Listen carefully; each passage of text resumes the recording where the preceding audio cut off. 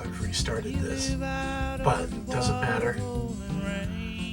The last time we were together, we talked about songs that were not going to be on this album. And I gave some reasoning for some of that because I would like to have stayed with that, but under the circumstances, today I wanted to keep this album shorter than some of my past works where I'd have 36 songs on an album. I wanted to keep it shorter. In fact, the criteria of this album was that these are songs that I've written for other people, or with other people in mind, or that other people could perform these particular songs. So I'm going to talk about the 13 songs that I have selected. And they are, not necessarily in any order, but we'll take On the Open Range. On the Open Range is a song that, oh my goodness, goes way back. In fact, I think I alluded to this in the past, but back in the 70s, the early 70s, I used to get together with my brothers. My brother Ray, my brother Richie, and my brother Charlie. And we would go out the back pasture or go out in the barn and jam. And we would go up into Ray's attic and we would jam. And sometimes we'd jam over at my place when I was living over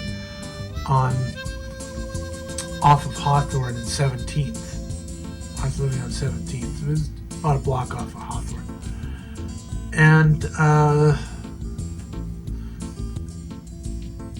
when we would just get together and we would play these songs. And so, I like to take credit for all of the music and the songs that I put together. But you need to know that I was highly influenced by my brothers. They had good ideas, and they steered me in different directions with some of the songs that I was doing. I'll go a little bit more into depth about On the Open Range later. I'm actually going to go in depth on all of the songs and give them each their own chapters. But I'm going to move on. I would have to have Lonely Too Long because it was my first signature song. I think that, and there's a whole story that goes with that, and that'll be on its own chapter. But another one is A Working Man.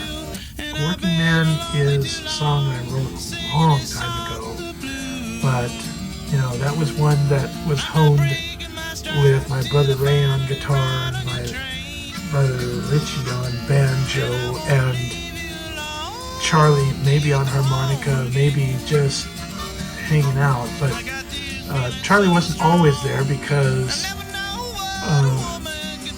he wasn't always there, and he had moved here and there. But he was definitely a big part of this. And even though he had moved to Florida and he'd come back and forth after a while, he was still, an influencer. He influenced my music greatly. He'd listen to a song and he'd say, "That's it, that's the one." That's the one. Thanks, Charlie. Stringing Me Along. Now this is one that I've just written and just recorded, so you don't have any reference to this particular song. But this song arguably is the reason I decided to do another country and western album, because it has that flavor and it has that emotion to it that you want to have in a nice country western song. Can I just mention, because I'm only 5 minutes into this, the intent that I had for this particular album wasn't to be a commercial album. Because arguably most of these songs are not country and western today. They're country and western 60s, 70s, which had a different feel than we have nowadays. Maybe on into the 80s,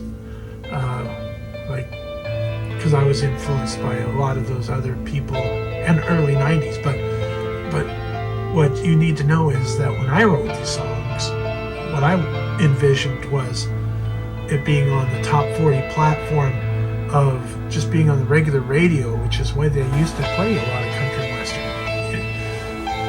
It was just kind of homogenated, it was just all kind of conglomerated into one thing, and you'd be listening to Yul Brynner singing I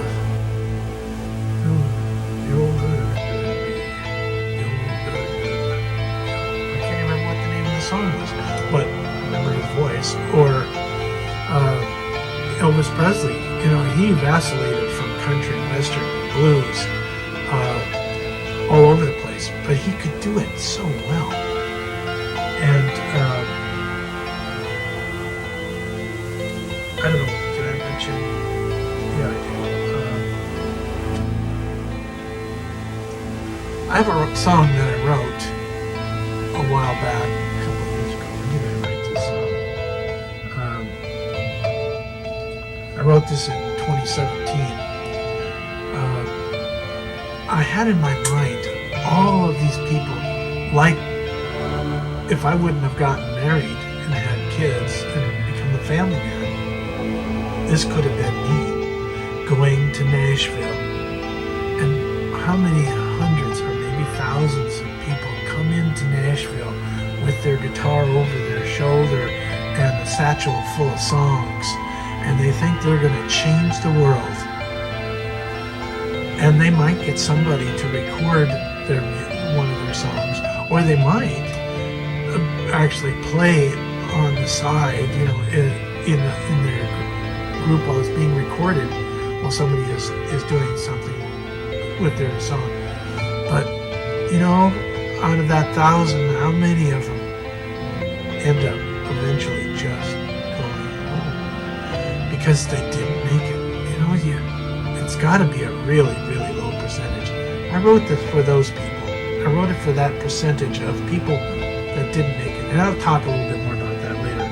But it's called Just Not Good Enough. I have a circus song. I couldn't call it a circus song. I was telling you about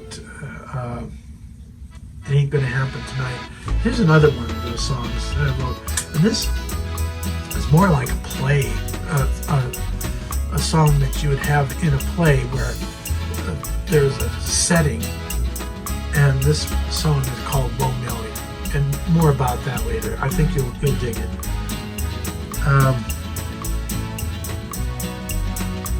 I have a signature song called $2 Short, and it's a story song. It's a story about it's kind of I'm not going to go into it right now. Just know that it's one of my signature songs, and I'm the 13th cowboy, so I put that in there.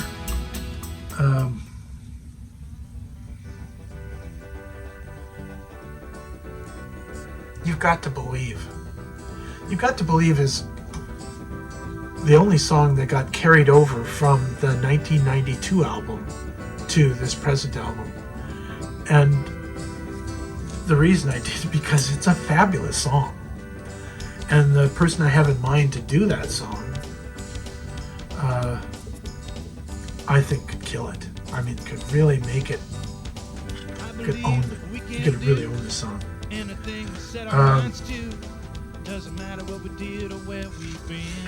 got this other spreadsheet up here.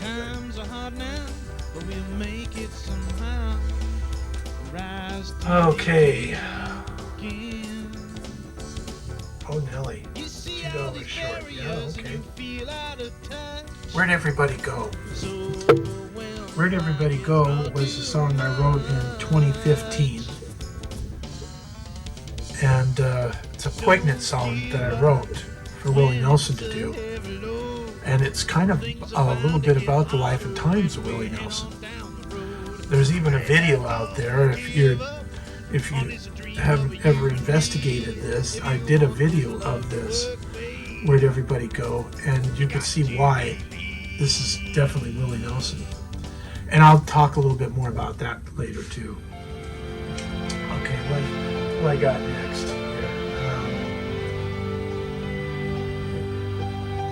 The Angel by My Side. That's actually a really, really cool song. I wrote it probably 2010, and it was on the first digital album that I came out with called Addicted to the Machine. It came out at the end of 2011. So, did I get 13 there? Just a second. I'm Blue with a Broken Heart. Come on. That's just a classic Lord Baldwin song, Blue with a Broken Heart. If you've ever hung around, that song always seems to come out. It's also my daughter Meredith's favorite song to sing. And she does a very good job of it. But I have a person in mind to doing that song. Maybe I mentioned Honey, I Got to Go, but that is a very good song that I mentioned that I wrote for Johnny Cash. Let's see. Baby's Getting Married Today. Wow. That is a story song that it's heartbreaking. And I've redone that song 3 times. This will be the 4th time that I've actually redone the song, but it'll be the 2nd time that I've redone it with the way that it is now. Because I originally recorded that. When did I record that? 2012. So that was on the Inside album. That's the name of the album, Inside. But I recorded it and I published it, and then I thought it's missing this last part. It's got to have this last part where, you know, he's so heartbroken and he just lets you know how heartbroken he is and why. And by adding that last part, and I also amplified the guitar work just a little bit. David, my friend David Chamberlain, was mentioning he really likes that particular aspect of this song. But anyways, I'm re-engineering that or remastering it to be part of this. And I think I've done all. Just let me make sure. I believe Baby's Getting Blue with a Broken Heart, Honey, I Got to Go, Baby's Getting Married Today. Oh, I have a song that I wrote, and I'll tell you a lot more about that song. It's called The Geezer, and I wrote that in 2016. It was right after I retired, and I started seeing life a little bit differently, and I also saw how I was viewed by other people differently, and I just thought, well, that's kind of cool. I mean, it really is kind of different that the perspective from, and I wrote the song called The Geezer, and it's 100% me, you know. My brother David, I'll get into that later on. My brother David, he says, hey, that's me. But okay, I think I got everybody. Oh, let's see. Just saying those things hurts my head. Yes, $2 short. What other words could I possibly come up with now that didn't already get said? Lonely Too Long. By the way, Lonely Too Long, my daughter Alice sings that song in her own special way. It's pretty dynamite. That's okay for her. We talked about on I'm the still upper range. figuring A out working how man. to go about without Working that Man, her and me. was Been a long time, probably but I guess I was the first song She changed on her my first album, mind. and Lonely Too Long was the first song on my second album. So they come from a long time ago. And I'm at 15 minutes, so I think I'm gonna sign off because I think we got all 13 of those songs. Next time we'll talk about what we're gonna do about the rest of this. And thanks for being here. And